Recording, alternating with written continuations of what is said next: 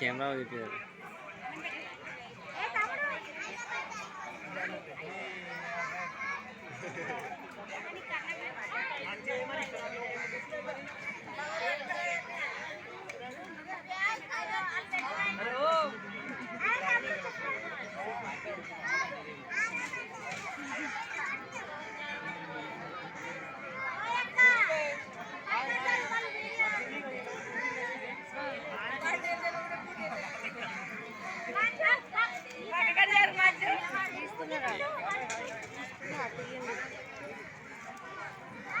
అది మంచిగా ఇట్లా చెప్పలే.